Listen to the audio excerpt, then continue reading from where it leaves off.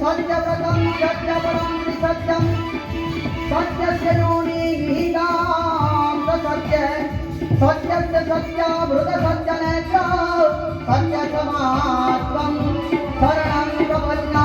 आज देवताओं भगवान ने प्रार्थना करी हे परमात्मा आप आओ हमारा नजर विलंब है ये दूर करो पृथ्वी नो भार उतारो सौने उतारो।